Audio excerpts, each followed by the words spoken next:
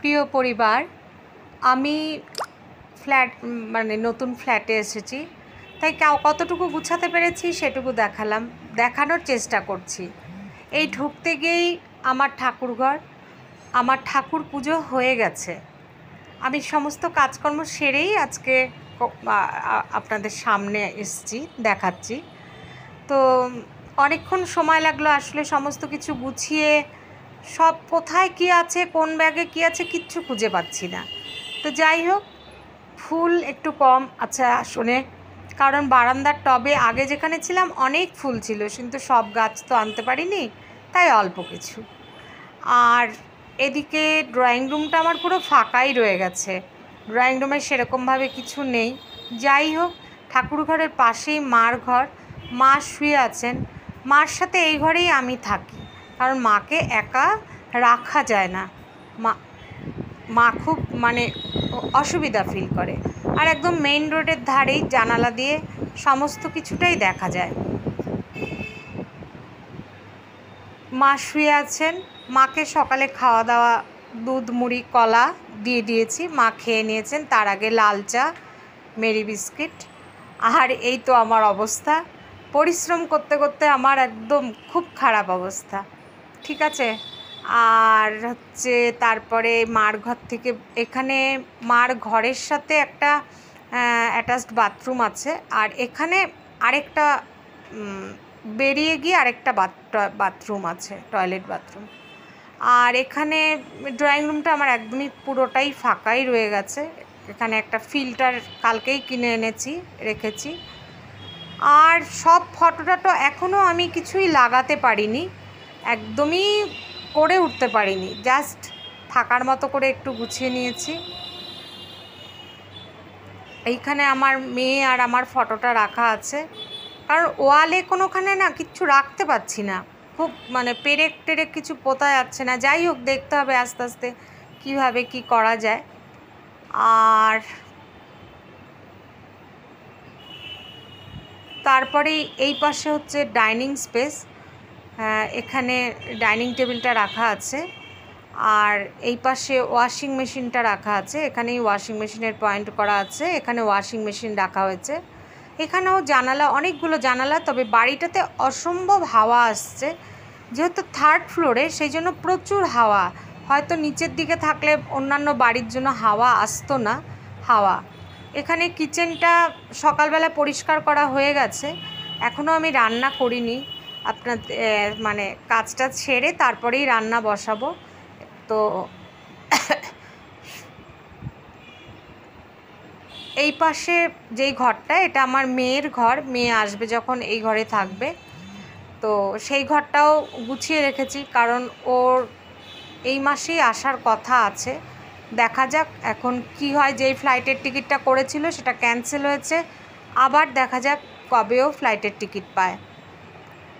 তো এইখানে মেয়ের ঘরে মেয়ের জিনিসপত্রই রাখা আছে, এখনও আলমারিগুলো আমি গুছিয়ে উঠতে পারিনি। সবচেয়ে বড় কঠিন কাজ মনে হয় যেন আলমারি গোছানো। এইখানে খালি একটা ফটো রেখেছি। আর এই যে সব চারিদিকে প্রচুর জানালা,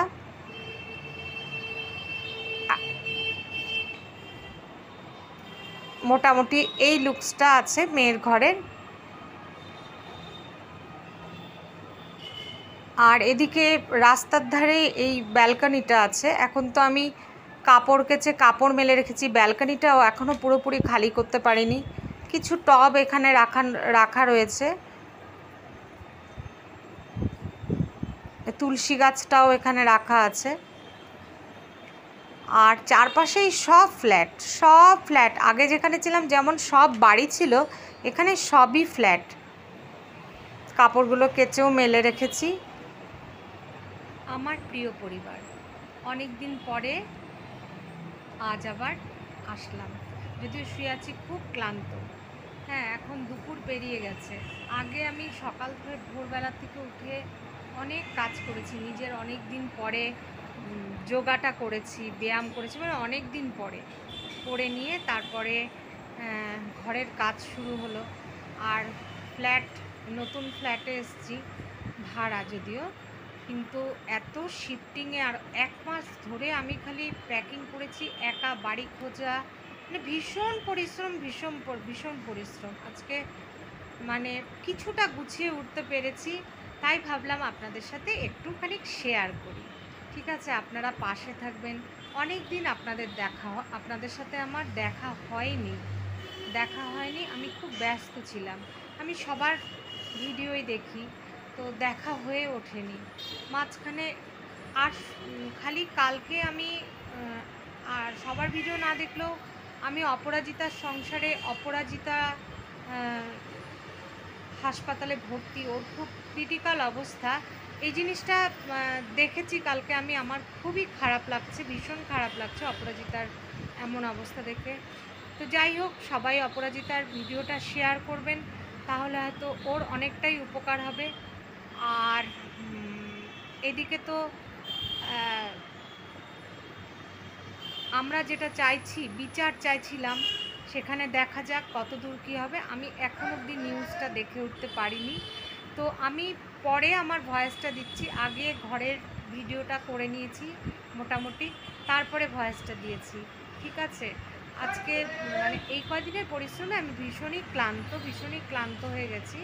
তো যাই হোক, যতটুকু সম্ভব আমি দেখানোর চেষ্টা করলাম। তার মধ্যে মা অসুস্থ মাকে নিয়ে যে আমি কীভাবে কী করেছি আমি জানি না, বলতেই পারবো না। মানে ঈশ্বর সাথে আছেন দেখে বোধহয় আমি এখন অবধি করে যেতে পারছি, এটাই হচ্ছে ব্যাপার।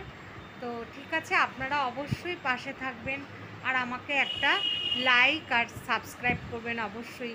যদি ভুল ত্রুটি হয়ে থাকে আপনারা সেটা বলে দেবেন আমাকে, ঠিক আছে, অবশ্যই বলে দেবেন। তাহলে আজকের মতো এইটুকু।